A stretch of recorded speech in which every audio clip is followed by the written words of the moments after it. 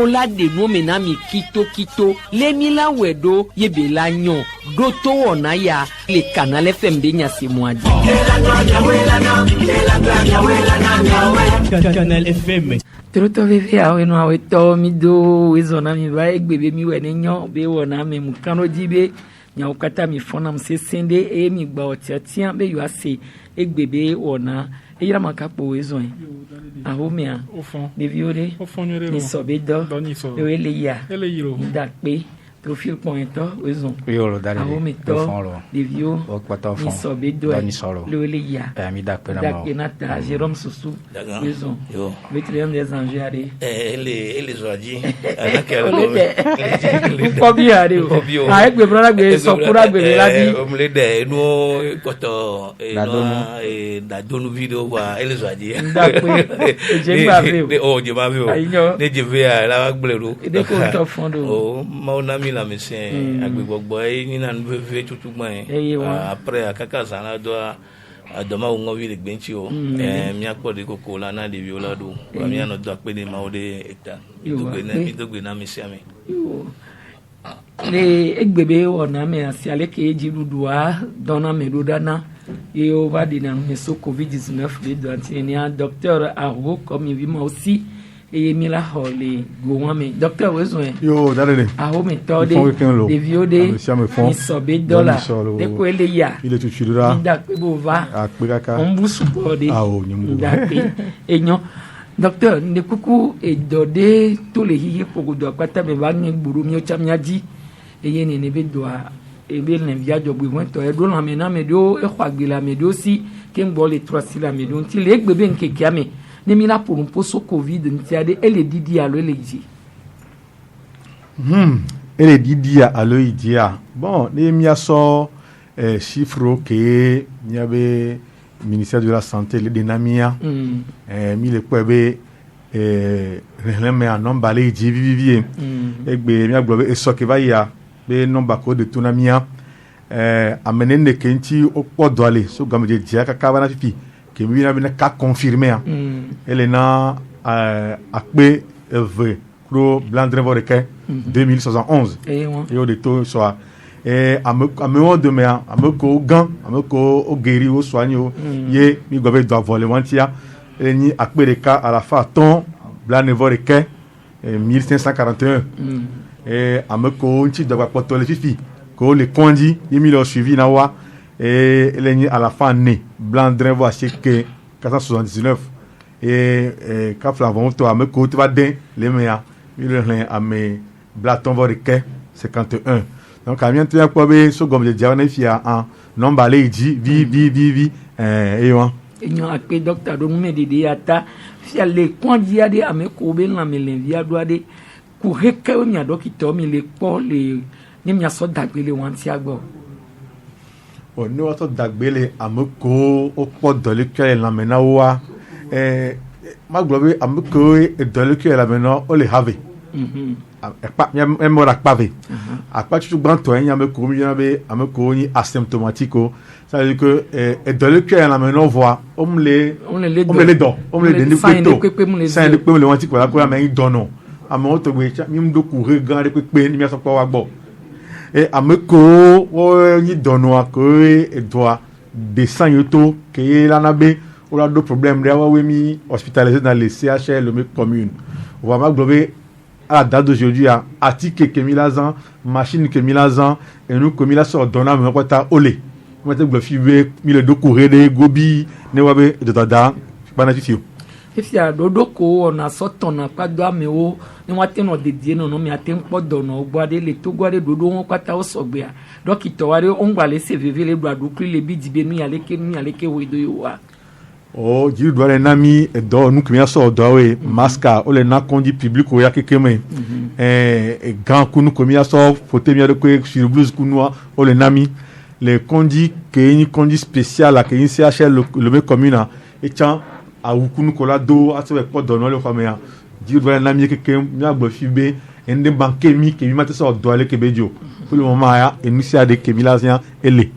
dape yani be amede boso duta e be va do mia be do amia de dodo ka kudo dodo ka wona kuna do ni ba mi ontio ok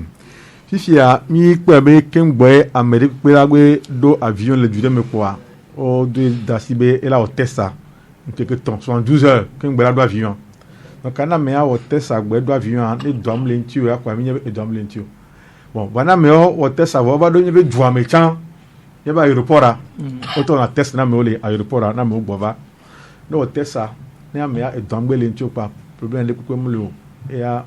la yi fike bela yino fe ya testa ba kontazi na zerika yo la nyame dom la me antiwa analysa o ko le ole on a l'aéroport ya no we kwa o mo kan la ke amila horontie e sona ya le ko hona do ntia do o sona do na lo me na we alo sona message do na wa ameko ti doalea om sona message so do directement étonnant district qui est Amea Beromele. Et c'est le chef de district, le médecin chef de district, et d'autres gants que le Founois, et il y en a Amea, a annoncé les résultats que vous pouvez les Kébélé. Il y avait donc, il y avait alors qu'il y avait une équipe d'intervention rapide, avec quoi, mais à Fomponé, et à Fienle, qui est à son liado, il y avait Kondi Kounoa, on se met directement à eux. Et puis, il y a des vont les bas, mais à la tension. Le que miacha donc venu mi play le ko la pompona me aken boy ane résultat voya pa club ni ko e o mate site poa aya me ko afofo bi a we gboso bo ni so akoro lenti olo no ere apa o wa me donc a mi préparer na meilleur direct suban no de no na o chan o préparer no danare et le résultat va ken bola no chan souvent mi yono ayo dare mi va pour la home mi be pour no quoi équipe se préparer na quoi mi ano information mais attendant information qui est là suivra pour rassurer le problème le fiko le fifi amu ide et doit aller manifester de pe na o donc à mon togbeya mi soro do isolement souvent les hôtels le on a fun pore quoi pour les séparer de la communauté bon amekoe doit les ensigner de no que le ti kondia et ipona o son ambulance va kono pour ai CH le me commune. Donc il m'a donné un mais que amela c'est vraiment pas là janira de couleur mais allo studio de B a dit de po voilà on les prépare quand même avant de donner les résultats et nous docteur fifi a des mon kebo be sobe na mo de po yo do ya me ho ba dia ezina mi ade mi agbatro de po mi mu le kan do yo vo de po ba konta audio ya muni nene o ne e dole kuya do la mena mea e gbe aro soa on va te poser le cas donc tamnyo gakeme amea e contamination e doit nous amener bebe ya do avion abe hotel ça e doit que encore pourvu sous bokeye e mo la te peur donc aoya obe mule voir keye e va do jo ame 3 jours après que on a voir tamnyo be e no va pour viazo keye no so e no ngonti me so na to na va de ka vetome ne be sous bobi liaison il faut nous la te va poer donc amu erreur be ni o il y a temps d'incubation keye et dans le que là aucun bois là toi zézia et dans le que ben ne donnement et dans le que la mena mesereka on c'est la même jour et on attendait qu'un bois et mon là te défiant donc on a meilleur pour le moment on me bois test année on la be mulo wane akeme gamia souvent et doit vient gbovo et bois trop on est va dire moment on me mi a te power test là te zefabe et nous la menti on donc une erreur de machine erreur d'analyse benio ao ni confiance ye mi le dodo yo vo de be analyse o chanjo nke na be na mi ho na monto o kwa me o gbova zereka no test subana wa ala amerique ye et le contact cour amerique ko douana no ko suban on analyse non ko ne wa mi gba be noter mi de isolement draga ke mandrin la go wona ke est-ce que dans le cas ne lentiare et pour vivre wa te poya ne ke mandrin va yi on ko wa on dans la chambre on wa interview à dengue parce que le temps d'incubation il n'a 15 jours donc améria là te ko dans 3 jours à mi la ko améria 15 jours ngboye on ko e no le to donc attends on a analyse amia s'assurer be et lenti alom lentio if ya mi na mo be no va diabe ola installer application et do avec portable o di ko la son suivre a quoi fiko le toi les kebe application de est-ce que il est fiable mi kan di le do bon on y mate donti no fifi ale go nyem zen po na nyi to nyem zen po e nyem po amerique zen chaka o ke wo retour na mo ko gberoa tamyo we magogo amoko zen ku nyabe ya peto ko le po nu agbo et prochainement mto ba moadia mate ku entinami ela joji nam to ndagbero donti ko na wa chanti ni be mbio ne nia amede gbova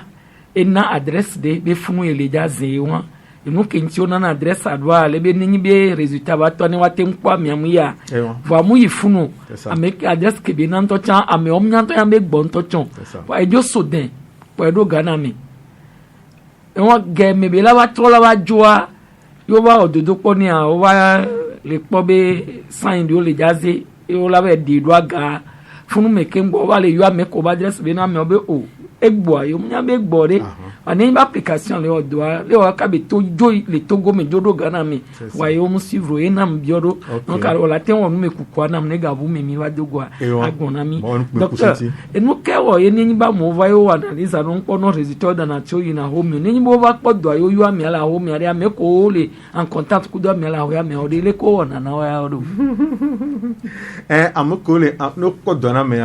amoko le en contact pour la caméra et millionnaire les mieux personne contact le contact blanc no po do na me amewa mi la informer benene o ba me juru ke gbo wa mi po do ne donc wa o ko no o me kui o mlo o me kui o dunu kui kunwa o le à risque mi la po do no ya to lo me mi la to voilà o ya mi la suivi non et suivi que mi na wa mi prono jo na ha me mi la to no be on os envoyer masque ya bevere on classe dizi on os gel kuno et mi donna équipe do ke be siak be o ina ha me be on a température non akora be o be température ale ele idia on akora be est-ce que si ndo les ea yimi polo ne si nde va les enamere que la te no suspect be ameha e khodoa zereka o pour ordina o analyse ane bona me am do si nde kuwa me de do si la hamwa on po ka nke ma drangbe ya o yo no pata yo wana analyse na no ni nke ma drangbe o khoduntia e nde pumzi la me de kwentio wa o ba conseiller no be wa jaba gba one of them masque one isoler la hame ya go no vo température no ano disigner le wanti kan ke wi adengbe ya mi la gba we mi gba we mi pon de pepe le wanti o si nde pumzi o wa mi la rassurer be o e dam le mianti o mi mu ko yo wa ne veze la merenti elea amwa ola de to so piqué ola isoler ya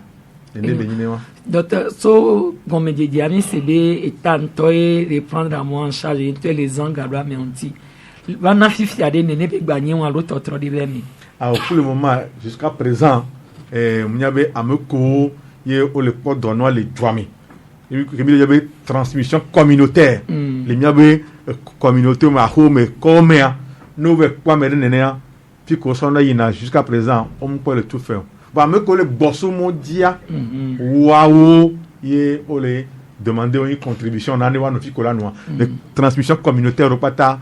on le hogala me de que si va na fifi ki wana me bosso mo yo po do ne ay wa into la zanga osala virer lenti on s'en est pas to enyo Théophile bio relation na docteur dalede nyade ka vere ko ma bio docteur kaflan ne mi sotogo be ka alors le covid be nyame et mi vai eduko trodomia les sous-régions mais mi ate po Benin Ghana alors mi ate po Côte d'Ivoire et ka keme ko na gbebe ono hun church de o no asokpo bani si experience opora be de ke no mola no le church o kaka na kuro gbe de on tempo en jejere pe le church o ba paji wa minister kele po o akonta ke to suemi o be nu opo be yin nu ke to suemi na kaka kudo gbo npo ena le biose on kon jejere pe ma o ne akonta en de tole me ya npo be ameko le o le plo luta première coordination on la dernière bonamie et jusqu'à présent nous ko gbonare pe na mi wa c'est comme ogbale son nous so nuanti ogbale buta suiti o la observer o le dogoku dans tous les cas miabe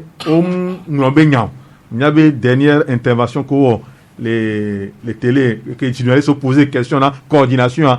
ogbale yo le buta me suiti que school ya to izare ya kwa to ti o chan zare ya o le buta me suiti le ko la one wa de mo lenti donc o la voix dit so ma ba bien ya de ka gba ne nyama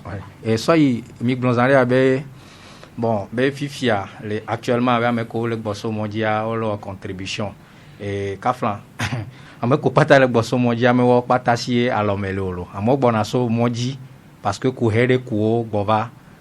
hoe peut-être la va di solution na wa be ko he la hoe woni amo wa gbova kafla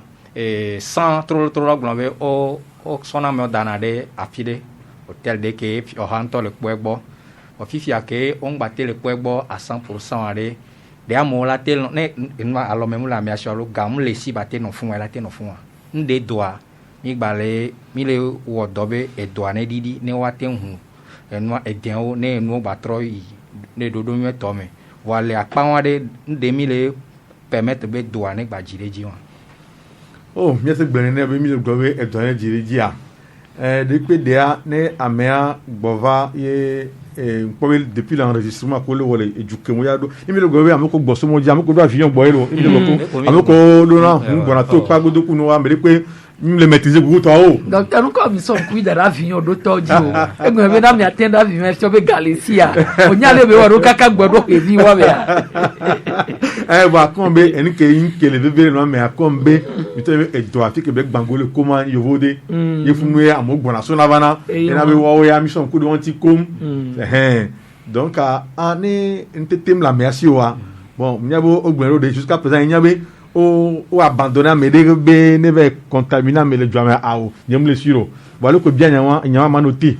ma bien be coordinateur avenare na me le gbo ye ntetem le si ba tout hotel fe wari le ko ne roma question mieux to bien ma noter ma bien para be ke be inado Kenya Jérôme nyake diwe ma dia docteur ninkan diwe la te don china tout mais la on bien kengwe ngba do nti wa voilà parce que coordinateur avec les coordonnées no intela na yi gamia manya ye ne ba ho so ni nem tem do nti wa nyanda tire so to filmer bien mi dans les blocs timenya on ambe to chochi alo lieu de kuto ku potoyo on kon le Togo on vidéo c'est que on peut potoleke on kon on ambe mi ko le asiama o ku ko ina chochi acha nene mi ko le asiama o ke be on a la dura c'est ça we talking ke bon maintenant dès que non li doit et les fios bébé dans les chochi komea idaula le funu so asime c'est ça alors les oula les chochi comme ça au lieu public parce que mi les pas amo devio les pour amo les pour mais devio tochon amo les activités amo les asima aputa le do we trop bon amo les doit ça amo l'on de que c'est ça dit tobe amiko les asiame o pe wa les chochi acha o pe wa le muslim o pe l'on de que eke gwa kuri nchi gwa be okpotoli do poda be alokomi yoma parce que yam le po ni popo nbe obio vo no tini bon e be lozoke e be lozoke e mate adu nchi na ele kebejo e ya be nya ele ewu bia pata le fie wale ke nto be apostle ni proposition de le ani gbe ko de nya ne da o proposition comme mieux proposition gbogbo le confie on tenir en compte c'est ça on tenir en compte on n'est pas trop donc ina nya be parce que nemi so kafla nemi so e du gbogbo do on a nyambe togoa e li so e do asibebe yi créer do anine ni poko na analyse que les filles doivent josso les filles mais là va parler néné parce que au même moment il les restrictions c'est que il deux vont dynamo plus à moment en fait année au la quoi de coupant et une qui a mo on les offre alors que les deux mais na liberté évidemment mais se contrôler on avait en fait avait État, le gouvernement a mis en vue mais glona yobe yone activité. C'est ça. Et bien je sur le docteur de les radio Victoire et les globes c'est parce que moment les respecter et nous mesure barrière et na et gouvernement tenté les non. Ma bien c'est venir à mes 5 minutes respecter mesure barrière que voilà ni a monsieur mi te respecté alors me te le respecté que on Togo ali que pe ami la no kaka du gan que me dans ou gan là o gba hun kaka gba tu o gba dan hun ke ya po mi na no ni no bi ami le kin ti mi o mi jo le won ni no ndi ma se no gomina nglovina ke ame kinto wana ma iba no bie kaka ma se gomina ndi o le ya ba po we nyanwade itimba de fomi o ngabe ne sukulo o demo tishibe de viwa to school dia le suibe kaka e fe avo chan to chi o chabe nyola kwebo e de viwo no o ko gbe won obe asime amole idome ya school viwo cha ya to school di kunu bo po le suibe diru wala po solution na to ti abe nyawo chan mi ko solution pastor do comme il to ti ogo wa ono na discipline so wa tout à fait do leader religieux wa opono tro ne wa be ha me o hona we organisation do chano na wanti bo won ola gba pe do etanti la fun ya me bo won ela nyobe oni hu church ya o ne veve se wo economic kaka fun mi be so defule na re no Yesu di mi gba homo anu ya le mi ati keke wole mi akpo mi no vio mi ajuru ya jira ati po aka fun ma wo ada pe ni a mi lawe wa ko gbo ododo do tutugbon to nti po a oni po e be so gan mi a nde kwekwe mjo donc a enwa di po la se basé do yo la gba we kaka bilanyo docteur mi ame video re so lundi kaka va do samedi ade o la home o le blé o le blé ou kan au moins dimanche are o be gbon ma wo nyan no le church are gbegble la to le tami no vini ke gbe lundi agba to ji si no nke mi lo are le nyon o ma ten to church o ne mu church o ne mu are en société ala devonto o pon baragba le u gan mi o le wo egbe fifi jen fi amere ba do ka vele université pa am no ne de be church consider go gba re ni a ela fajine voilà université de le monsieur do ka vele egbe mardi 20 oh là là aussi non pas zanre a blessure bele ke enmo le évolue ma wunya de na hele la koji na mela ni chan question ni mkaro di be e kan docteur ou no voir ma bien e so kudo e de on be huntie egbe me fi ami la remarquer be enu ami be frontière terrestre wa keke mo le chuchu voir amole ile gbo fiere ke odina nene vile hu anto mu yina nene le hu mu yina nene on amese me ke gbedi la bouger pour le bouger de ke dure ya fifi ano trova aéroport a ameke wele ile gbo a ele fi tesa le 40,000 no la gbo bon ne nyam po be de fi ebe mi hu enu frontière terrestre ye mi wo ibidi enu dina mo vire même ne gba ni sigbe 5,000 alo enu mi ma contrôler doit so ube dès que ojo tu frontière onto ye amotele ile gbo ma kan ro me video re ke bele fia ko gbero suggestion mi ole beni ela je amegon be to me wa pole ko la te we c'est vrai be o gbe won mi do solution nke non ko frontière terrestre na fi wa je ne connais pas nyem nel kintio donc ya dono bo le ko en plus tami dato school dia amero le Togo me ina school le Ghana me amero sona Ghana me bana school le Togo me c'est ça ko nya ke e rambia ya we ameko kaflalo le Africa sibile ke mi le bleu et dans les pépé voir mle wa nya sibe ameko le do avion sur les vanene ou ameko le do avion le va au moment où on y va avec les gars, les filles là soumis là va au bibinga. Sénégal et au yon banyanto ne do de. Oui, on reprendre avec nous. Ne les nénéa et les suivre mi les deux na mo mi we fan de pinda John ni quoi. Mi 320 docteur. Sinon allez mi la no ke kia nya jibe mi aba gbe mi gbe no asibe mi o do no parce que amone mi senya ka mo sami mi o le sibe mi le masami mi senanya ba glona nka mo le glona mi le sia ni ka ji mi ato mi lagba no ano to radio na le pauvreté agbajo e wa le u kan quoi e ka do se ka ba le tout frontière que we le tutu wa champion wa le gban o le on gbe c'est ça enwe na wele kidnapper amo be no so gaba ça frontière tout kaka rentrer a chen ale mo chi ni o de ka enwa docteur ni yabe doléance a wan ka wala le bio na ya gbeje nko enyo mi la trova Théophile e so a mi o nyame jojoro vide le fie so kuro gbe fan de dede ke de don no to yak de dogo bene ni o kidnapper Fulani de wan le ba filo be agien be filmer ye no ale jolly fifia le nu me kuku me a o ba si amede obi nko e sojo do afo na ni ba me a o be so ami asole voa nyanya le ko so mi aso kokoro moji bon nyanya ne ehumom yi village ame yolo e la temu menene ro mi village gbogboro le ehum matemu yi fifia ami a kokoro moji gbana o ba do anavide dia na on to nya bi no opon ya pa esijie betona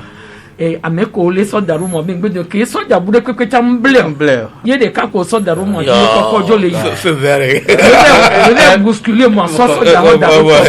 ti chagwa le zimbe ba no si ba kune ya tensijo funu me ya me ko te o bazan wa betule no me wa ke joare le ke mi la tempo mbo sunti lo arede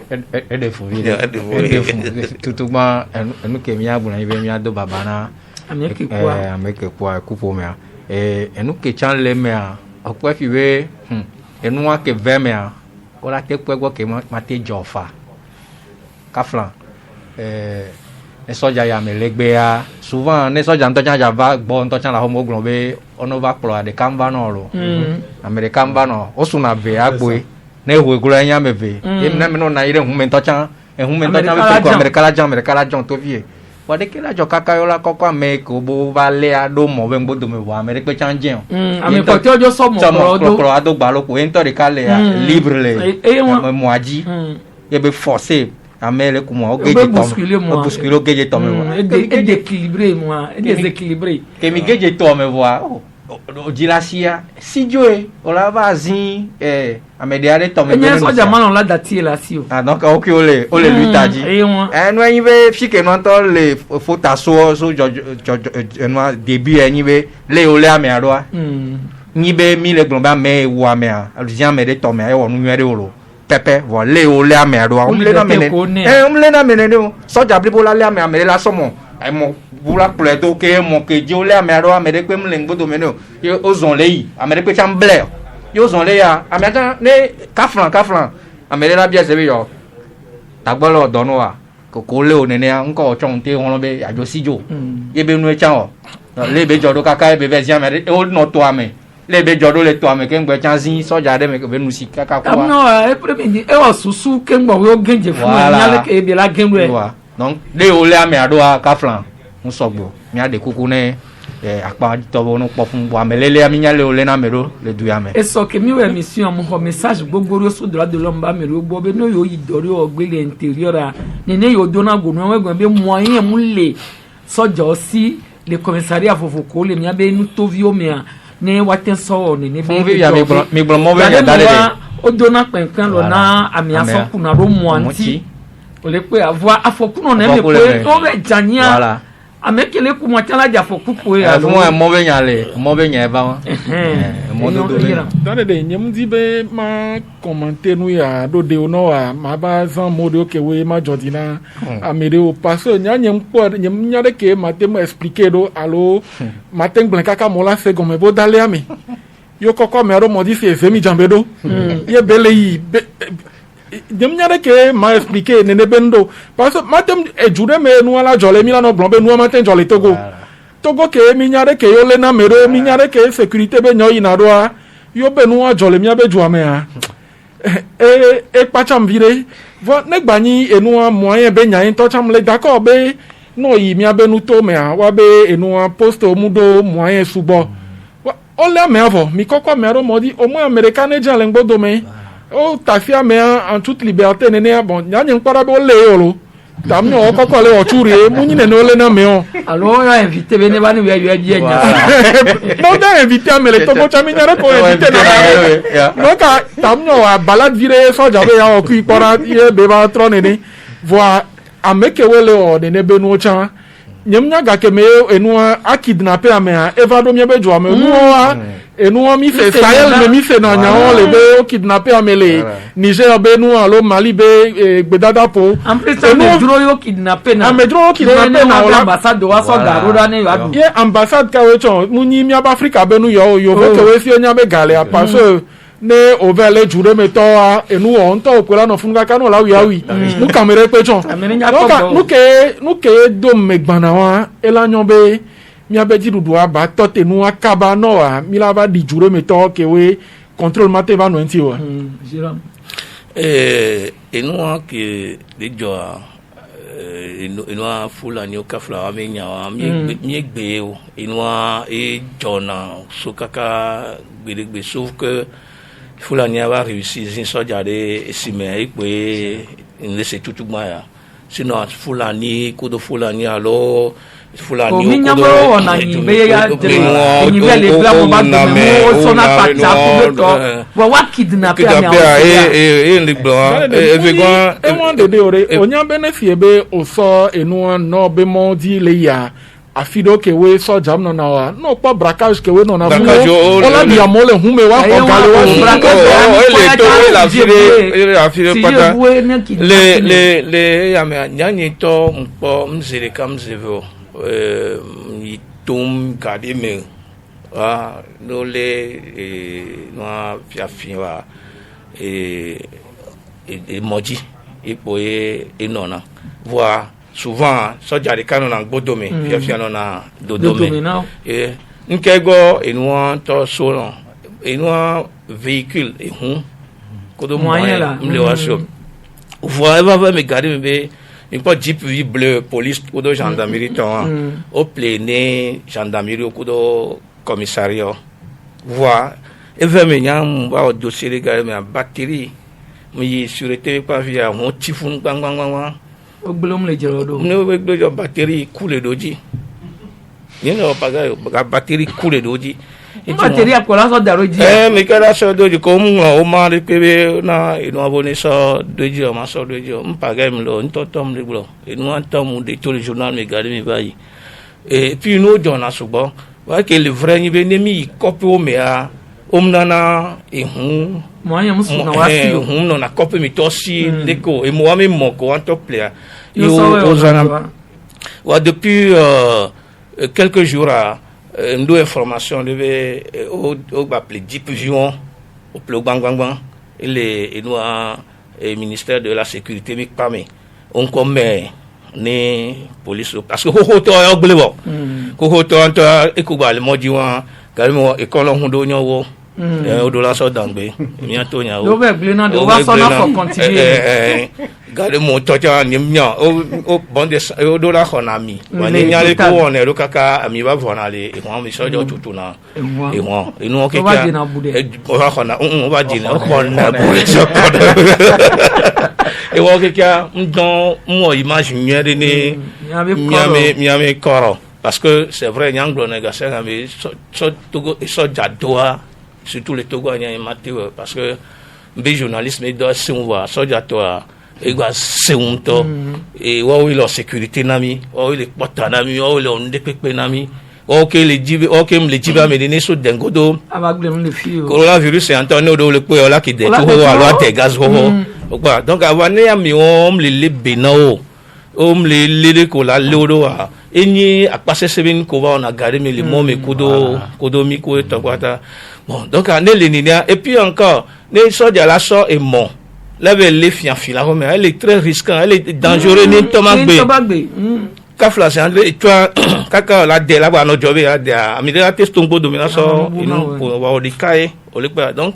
c'est vrai be inu ariam le glovi alors ni ato minya ke même ton esprit que yo bo ne va no ya menine ke la no do pa menine no ke la no pa mo ma wa tetoa mi pone olekpa donc elle ni na olola wo de façon que so jo ni protéger surtout avec les copains au pe na fo avec les lomé no il na copie avec alors que copain me nu gbegbele o wa na boli ntande no no il copie avec pas que so jo duna ya gendarmerie surtout gendarmerie no na copie me wu no pas que duna ya et on zizi wa information qui me doit m'a dit voilà ministre de la sécurité ni ouais de façon que et non commissariat que les Togo et non gendarmerie que les Togo les cas tetia nous assoisi ne on baso et bon avec les fiafio sinon aller fiafi bona ni nyani so jata ba ke jodo pepe et non amea so tumbo dome on passo et someone de nya tobe et pede me va ya amea de kadjede wona drogue be business et au c'est nka onye soja onye kakaba do pe me ke ngbola so ya point o va le niveau wan me e ko le voir o so eso na do wan me be ye nto ne gba to ku wan fifi a kolo ngbana e so wan so kolo mo délibérément ye nto ku soja jafaku ogba soja ne soja mate wo et donc odoku be ngbonya de no be vado clash anu le vunu soja so laisser passer fien wa e be nyin pomo e be atrodo troba na ide hunya me entole be ma ovenu susu nyia nji ma on gbegule ko do sino ni ndo hwa me ma bloquer hwa ma ko ba da ministère de la sécurité pas venir que me le dire le hunya be o pas nous les dangereux so ma ke so ewokele soja le fiafia aso hunne soja fiafia be ni kwa bon gbado hwa me ne won gbegule ko do wa de la te won gbegule ko do fa o ja fa ko won yanto ma o pede wa chi afoko je sino wa ela wa ku ami anya be nke wa peut-être elle a coutiga pas me fa et elle ouais be pata wa coutiga on le pas donc enua na mama olora puni soja ko oni ni me osa ni ma gbe même o ja fo ka ke ola puni do na so ngba ko re o ni ivana mi ewa ministère de la sécurité so défendre des arabes ni no ajole ya nyen won le ko yo opportunity oni soja ba le me soja ro mo ji po kekere keka me won la gba so ya so dangbe be ya wi oui mi bon mi commentaire vous sur gentil ouais tiens c'est les journalistes so le nya toé wa e on entend ju vire wa ki ba gbe fia ke mi mbase go me nyere le kinto no ya enya be no to kwa mero mo ji won wa le ki be ko ta mi gbe do ai pe won il faut que wa ji mo ina soja ko le mi be copy o me e wa te o do ale ke be ji akpe na tia enyo Théophile nkeke o mene mi se po ba me do cafe no se po ba me do cafe tu gbe bi de chan wo ni so la di dogon mi ke ngbo egbe fi o gbe po de ka jere chan le e campus be pa me kuku ye nto edu o ame le kebe le do mi munya yo vo kado via ba le subon to e dale de dia encore le ministère de la sécurité wa compta suicide ko to no na me no na me ko wa to hedele 2020 avec kapopo ke me mile ya ame gbogbo do ka flama me sia me ten dona jikpa na kondo e bona tane kwa ka ma ke mi le fia mi du ndo po yo lo wa no na de be ame do le ya na me mu le wanchi le do abe susu do a game ko la no gbegble ko do ko ke ku hede bawaja on babuna tame jeveo parce que mon fino do abe no ame o vérifier nyara lo o kunu me a la po gbogbo to a ayadudu alo e fin le waji o du fin do amede ka flan covid a bloqué me sia me be nu même ameko do gacha on le senti covid be fe ga me donc o be ne le de na achipu de ke ene na achimu mo de ke ba no na achipu donc pour dire que mais on no po okunu o me ko fi gbogbo da la po teacher de chan entre temps enseignant privé le dabara konji e chan do kabe eku donc amole ke on te le po gale to officiel va à hauteur le réclamer c'est-à-dire que covid be nyam la hauteur c'est-à-dire propriétaire de maison bolo c'est-à-dire on a ho e wa chon ja ho la dunu donc on mate va no gbona we ka flambe covid de le quoi et be activité le de mate tout fait va me gbogbo to no pa me do du fin même le covid we ga me en temps normal là il y a bien la mobilisation alors la sensibilisation na me o dona gana non no so dona ba jowlu le wa amu ba le menacer amu o ba le kokko mo la home na ga be nya ni amu du fin ko nte le po gagbere ko nya te po gba wa de nu ko la wa me do po na be ne yo jo kupo a enya avo e na gbogbo to wa po le do kabe kwa do wa me enyo village du Bénin yo be do kabe ale wa be agent de sécurité Bénin le pa me daga kado veme nyawa ni so mille statistiques mille bouilles de cas le PMA mille po to 75 ti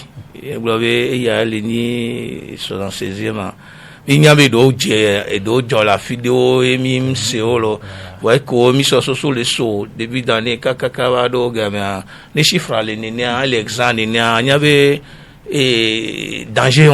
danger ni be amola font pour les doka et payer les quoi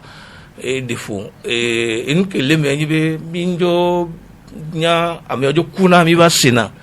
et puis Amérique est témoigné na véritablement kinchi améole doka et vélo kade mo amelo ngona mudana amelo ngona na amelo ba sonne be mu kabe amada ko ye mulen na bio c'était voilà fifia enke mi akeke mi doji se do pe le ni be ayadudu ali wukan ayadudu ele wugan amelo ma ayadudu amelo la be no be nya e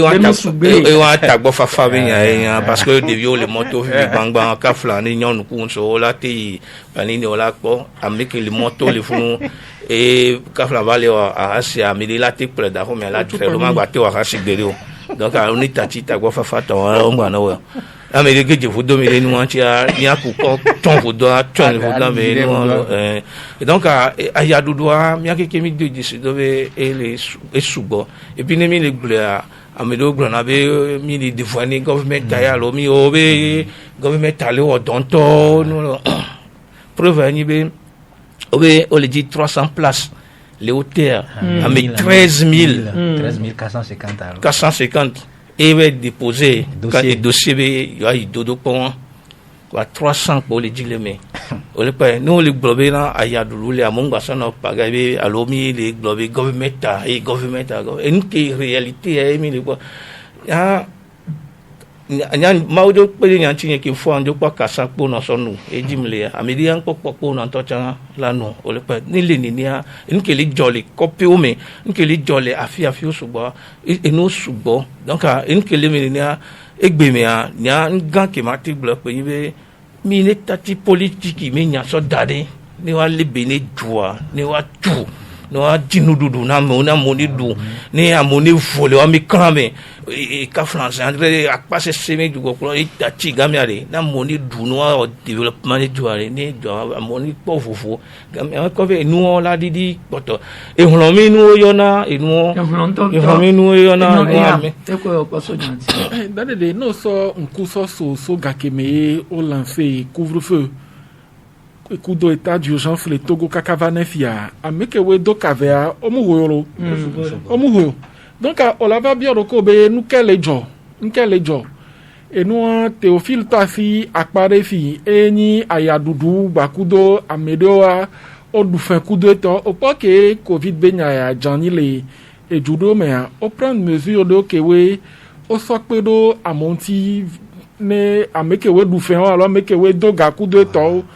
Mnyabe entre-temps et temps mais abese ya ochan qui de communiquer to wa wena modo de voix no son kuso mnyabe microfinance ku banko refia o mu respecter de ke nyem le blombe e ni cause na ka ke ya mole do vele ku lo voix o la porabe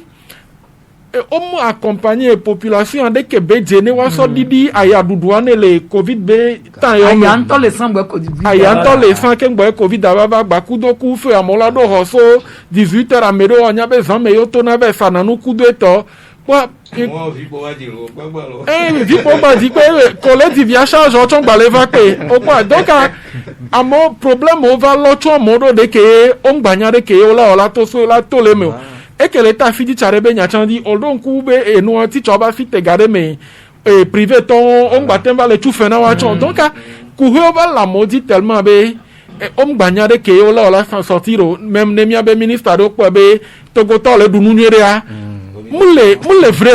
vrai e gade munyi da awu amero ko cha e yele nyi do nti popo na ne be ko hi ode dade de gade me o ya nte amere ngble to na wo e po eva o nya de ke to ale do re o nya de amedo o ba le po be ifire pe ngbale yo si o afire pe nde pe ngbale yo da o na me tore pe cham da so afi bula bo vo agafia ga me pression le dio nyem le glombe nu nyere o one hu church one wa no gbromo popo be nya na mo munyi amefia me te do mental ke bela so gérer bela te supporter nous si anu kwa mia blona enua amo chambe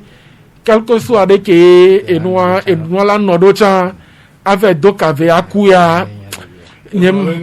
lombe nu ye munyo mo na gbedo ko na agbele do ko munyo adogbeda akpoma osinu la we kejia nke ngomi la do am den le gbenti o mo ya nenyi be on po na do gba so do mu chichi no mi afan ko ye amado ta fanada ya dudu wan ti ta flan ajibia koko de yo tangbere gota inu o ke o le jo vi gbogbo re o la para be enu covid be nya ya gbakudore ke enu ba fe undwa enu barabara braquage amewo la do finu wa be vi enu baro jole moment yo me unu donc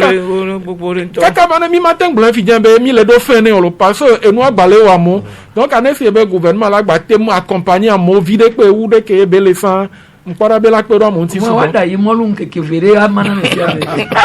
e wa cha tamno nya me sia me la ten ko gomele ayi molun me o anesi be o wa do de obe swegbe en fait on be bli le sa au café de o le sa molu alors si covie molu comme mi consommer local là que yo la no dona mo 1200 dit do do de be avec 500 mais ça me la te pas grand de car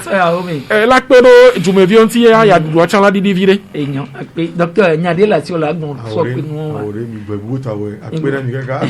enyo docteur si tu as mis les blombés les madidina de viola to sukoloti que yeye dodo po be gamedoa devi gbogbo le oso deva ododo kwa le fie wo ododo bi okudo wantie est-ce que jidu la te mo te ododo wan de kereji ye o la ten soplo le be sukulu di toto ro minyabe amewa ameko le classe ameo ko nti ododo ro fifi ya sukulu akeke mu ye le ja le plan le kola we do kakae o la to le mi docteur le covid bi nya ya dodo ko wa de la te ko jinama dodo ko ne ame ko so na edenkodo bana no be ohona zozona o ne ovano o gbajua o pona wa gbon yo yina gbona bana ba pona gomele no ami ni be zozo aitia o la dora fide akpora be zozo iti gbalo be ni akoito no yo so accompagnon yo ten so wa po gomele examen vovovo mi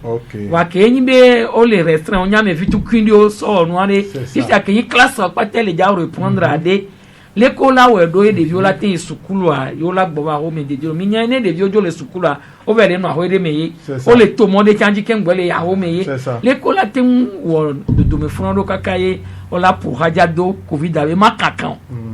nyawa question docteur Beni Obia on peut si mes sujets sont bons au inspecteur au cours ministère au Dogolais préparé rentrer et va prendre disposition de nous on peut nous intervenir on va repousser rentrer de quelques 6 jours voilà ne si tu as tort ce qu'on a dit le 26 on va t'aboutir mesure qu'on va mettre en place ça nous va pour abeli que bela marché le king des avions toi trouver bon il y avait depuis PDA du droit d'assis avec la so et dangodoa d'assis et là la ski d'aréo il a toute solution non donc on espère que solution on les et moi disposition qu'on prend derrière les rentrer Théophile derrière ce que vous venez et le verrer parce que mille blanc mi la gbapoto no veji parce que mi la donc we mi no me fi o vene do gare me avola va sensibilisation na de via o ken bola va to ministre ke bronya ministre wa joe ministre ye bo continuer de west o ga le bronya ah dale de o do la bronya parce que o nyanke wa mi glonzande fi be o la po be ke suku e va do gare me ko da si de via do a ho me pa me ko de via ro le on baba isukulu ya ame o la examen ko to pe o va on wana ka ka o te examen devi uli ko la ho me fi se le tia mene le tia maton yo amo monje de ke kaflan bozo kobio te de ko la so kashne do ke no isukulu o ma de le mojo o ma de ke o ma fan of you o ma de ke o no be de pe npo le me kaka na kuro go anyam le vont sincèrement le vont ne be gbato bo ba le prendre disposition de pe tian ke sensibilisation de pe npo le to kuro gbe wa devi wa do option no nu vivi au dona bien mais bon l'on ne peut pas de vieux quand on a pour le voir on a quelques semaines de la moi les miens télévision de te dire au moins on là non des mesures option des vieux belé colère no agbero coup de toi allez de bon des vieux hommes là alors que les discothèques que mais au programme on pata là non si vous le avez télé pata dit des vieux hommes là te ko télé o des vieux agbegbele nya e ni wa to en Kenya mususu bonwa ibe parents la sorte de mais la home là nous pour pourquoi vieux il y a par exemple il y a tout diago diango avec son cash ne wa tuen kingbe na no fi ko le ya Nindam la ide a home la hinde wa no dutu kala de ke mo king bala du no anyin pole po agwa lo bu akaji na pole ko ji idi do da sile ba wona ino achawa ni ina wa horele donc a hia be nuo wa mila no we ni mi le we ni mi ami viwa ni mado ko be no school ni de vini be le we ala no glasani kumini la glo kenchu on choma ole ko en wa ki ka anya be chan kwa le sensibiliser no bien tiens c'est quand il tonton jo le do cash ne mo e wo ki erreur nyang blonabe ka flash andre me coronavirus an to de denchi ko emi le don yo amido wa ekpendo na pono amido poussière vide donc et nous no le tuer et les protéger contre poussière et les protéger contre les ndo chan donc an emi so do et ti habitude mais la pele mi anti le nde wo me ko ne ole au clan à Chicago, on classe une heure de temps. Alors, mais là, on dit qualité. Là, on l'a dit avec classe. Quand nous venions, on a mis le school. Donc, nous on a mis ça d'autres, mais quand il mis on dit qu'on doit péter fort, le docteur qui les filles, docteur a né les filles via. Ne ya home ala la tiki gogoro no mi de play mi de quoi donc à que non les nénia mi a trois sessions jawa ko se ma dati ke mi a trois sessions et no ti de mi le won na la don mi a dit bon ne fifi mi o me viole sukulu ko me e ya be mi a na teacher gwa be teacher mi viole o ma ti chona le ke mi no contrôle e won ke mi li sensibiliser o kudo susu be mi a vion ba he e ndio mi ave corona pour la hiva ba home na miolo la ba te hingu va falo et donc oui et d'autres d'acier mais ni na mi a chave mi a ouais de façon que ni mi vio ni mi les sauver mi via forcément mi les sauver dans des parents là o abakpadi evo nya nembe matro son kuso so ti dudu abakpadi a ngbapoto le bio do ko nyebe de ke yo da gérer parce que donc be entre temps va ya oglon appartement amélioré be nyade o nyemunyanu ke di dudu so le do améliorer am voit on la pobe e mille à quelques semaines de la rentrée à school do mais on da pas ça va ko le bio be de ke yo da gérer parce que ne o so de ke wanto le mener et politique ado le mi abenu le coronavirus a trop zoom vont dit do nous bende nyamnyade ke yo da o distanciation be nyana de violer mi abe school mo ke o la parabe voilà o la parabe mi abe classe o me a mole no 92 150 coup de to le nyamnyade ko da we o da me no me ade amedo lava o la po ne fiebe obola gbama enu an to chane da de groupe la te yi matin groupe là va so avoir amelo la gbacha ni ke wem da popo mo donc surtout coup primaire allez et ya ni coup primaire allez ni coup primaire ne o teacher do comme 7h30 et midi et 11h30 on la to à 14h à 17h ma vie ya no mais 30 allez teacher et là ouais matin kaka et là aujourd'hui et là va trouver né avec porteur tiens coca mi la tiens donc et nous compliqué non seulement programme matin et nous coller nécessaire nous coller justement l'histoire que ministre de l'éducation et primaire secondaire monsieur Kokoro qui dogo quotidien il y a comme rendu qu'il y a un CV on l'a dit et nous c'est que dagang blenia et les matière colonie matière clé que les camions et joie là ça mais avoir une option et non agriculture Benelux alors agriculture des États-Unis voilà mais les filles mine d'avion et non pas aux États-Unis pas on les filles aux États-Unis mais alors que et non États-Unis toi on s'en a des viandes temps des viandes elle est spécialisée les matières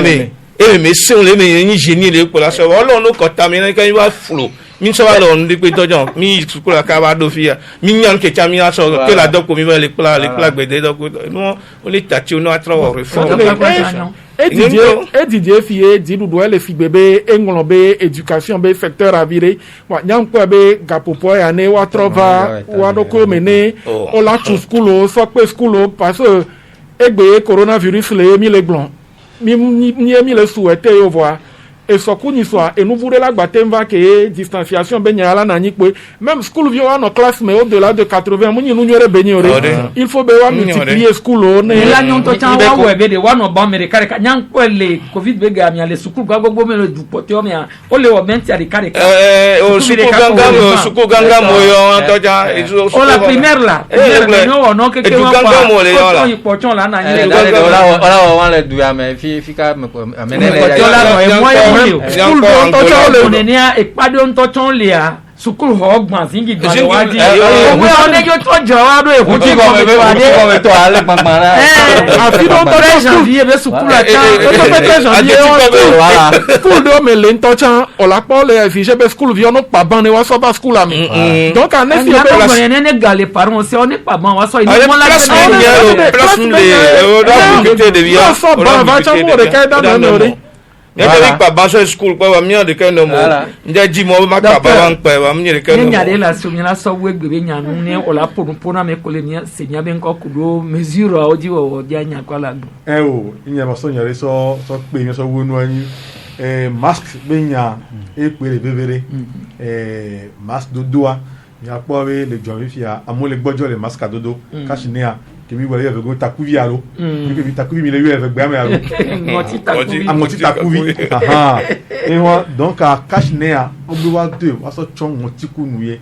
unje wa de so do aglagomu mi la po le jovifia ame gboro le kashnea le wa si lo wala aglagomu so di sa a o meyon a chon e to a chon a o de ka mi de kukuna mo be coronavirus a ele mi ko tami lo afuru ntibe nya de ju le jwame entia amesiame ne we etosinu e maska no plekwa aso chongo tikunu e amelo le ocho ne kungo tikunu na pelo ko dogo kwa meja pompo pa jo de e baton popo awo o momo wa bi la garder do mo tikunu an toji won donc amia bia mo be wale bena règlement quoi ni apata mi la o tout possible ni ade e dojo le be jo amelo ape na mi ape no chan docteur